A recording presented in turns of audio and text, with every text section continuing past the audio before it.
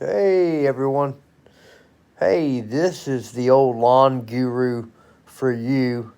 I changed my channel.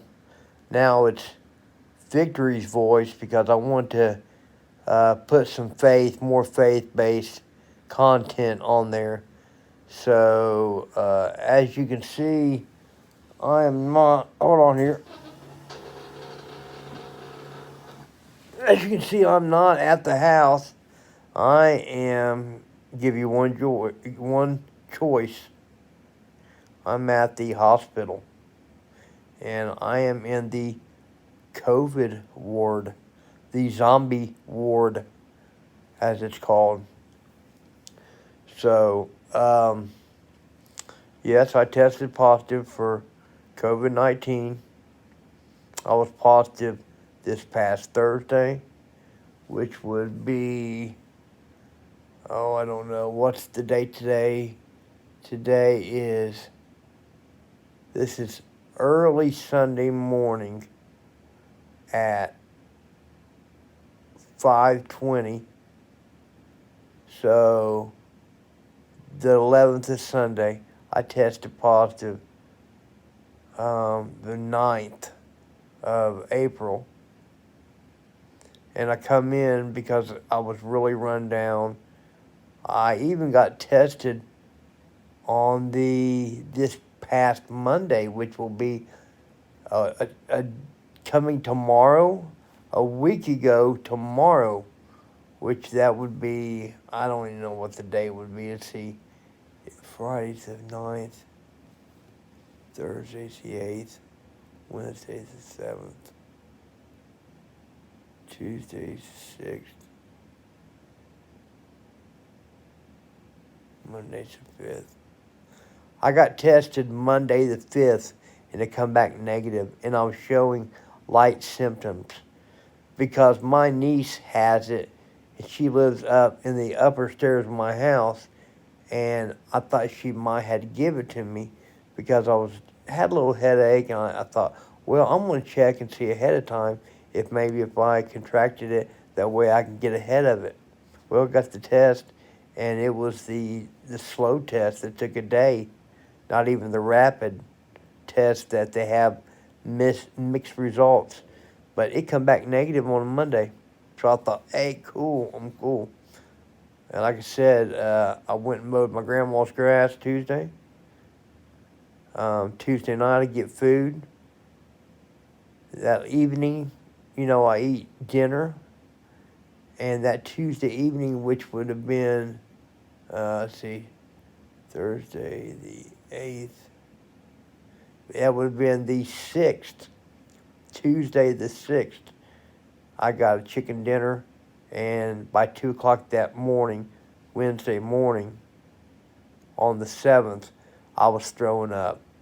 Deathly ill. Threw up all night long. That Wednesday morning, took diarrhea. Was still sick. By Wednesday at noon, I was better, but weak.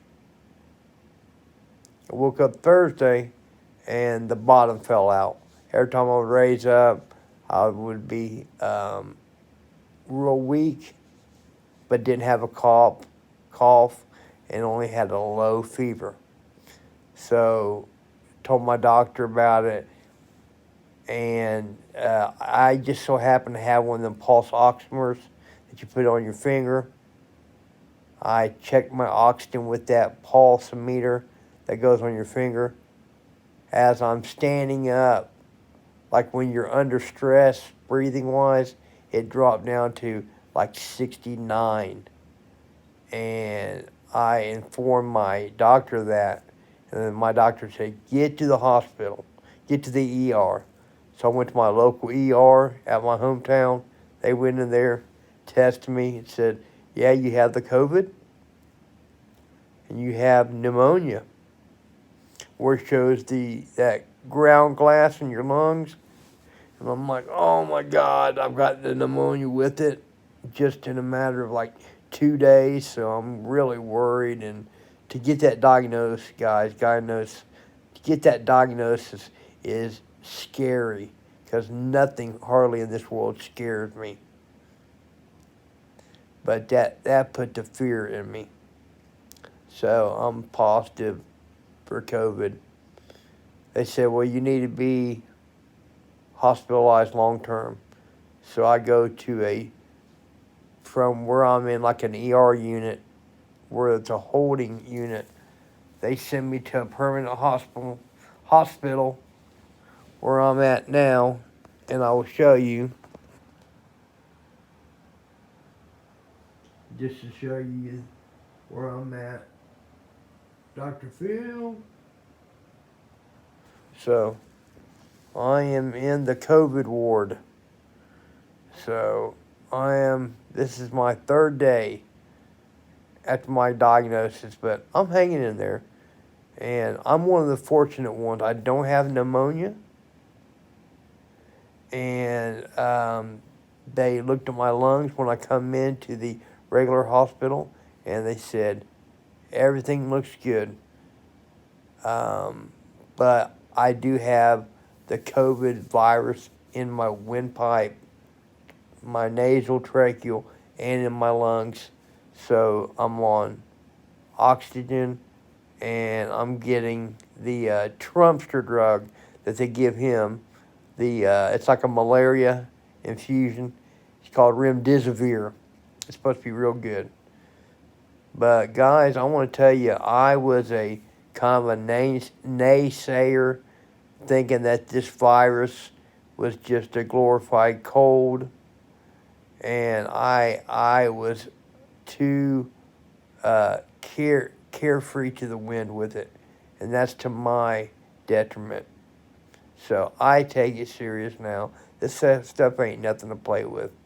I am dyed in the wool Republican, all for the orange man, the whole deal. But I'm telling you that you have to sift what the news tells you with many grains of salt. But if you get to the right news people, some of them are telling you the truth, that this stuff can be very brutal if you don't take care of it. I am very fortunate. It's only by the grace of God that I'm still here, and I will get through this, because when I get to the other side and I go home, this will be a testimony of my Lord that carried me through.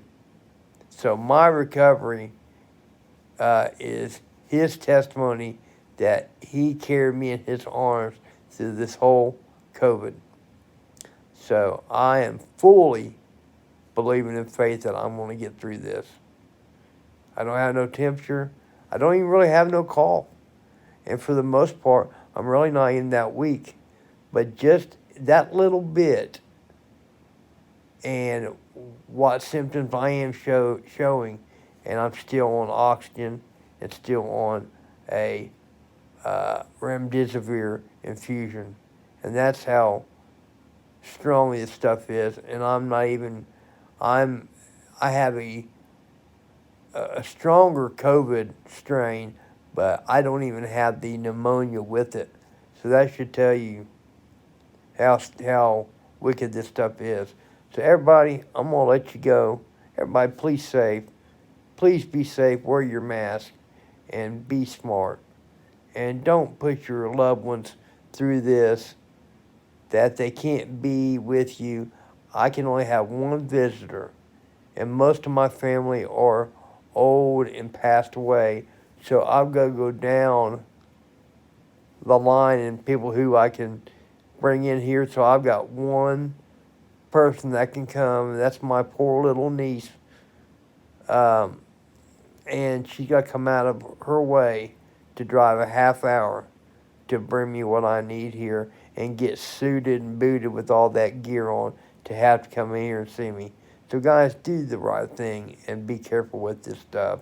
Don't put your loved one through this, and don't put yourself through this. It actually brought me to tears knowing that my butt's on the line with this COVID stuff.